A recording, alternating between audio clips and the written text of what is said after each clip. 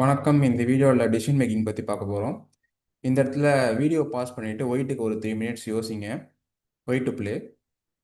பிளாக்கோட last move வந்து பார்த்தீங்கன்னா B5. பிளாக்கோட idea என்னன்னு பார்த்தா B டெக் C4 கேப்சர் பண்ணால் அதுக்கப்புறம் இந்த B5 ஓப்பன் ஆகிடுது. இந்த C4 பான் வந்து வீக் ஆகுது.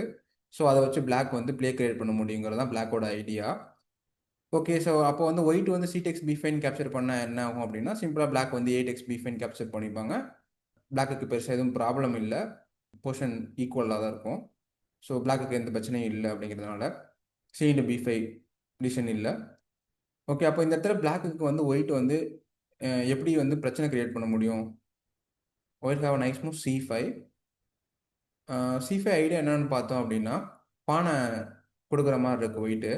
Because after D tech C5 queen tech C5 white வந்து பான் டவுனு. அதுக்கு பதிலாக என்ன கிடச்சிருக்கு அப்படின்னு பார்த்தா, இந்த D5 வந்து ஓப்பன் ஆகிருக்கு. இப்போது ஆல்ரெடி E5 ஓப்பனாக இருக்குது. இப்போ இந்த லைட் ஸ்கொயர் பிஷப் ஆக்டிவேட் ஆயிடுச்சு. இப்போது ஒயிட் வந்து நைட் D5 மாதிரிலாம் மூவ் வச்சாங்கன்னா நைட்டும் ஆக்டிவேட் ஆயிரும். அப்புறம் இந்த பிஷப்பும் வந்து லாங் டயகனலில் ஆக்டிவேட் ஆயிரும். ஸோ ஒயிட் வந்து ஒரு பான் டவுனு. பட் ஆனால் ஃபுல் போர்டும் வந்து ஒயிட் வந்து டாமினேட் பண்ணுற மாதிரி இருக்குது. ஸோ இதனால வந்து C5 வந்து இங்கே ஒரு இம்பார்ட்டன்ட் டிசிஷன்.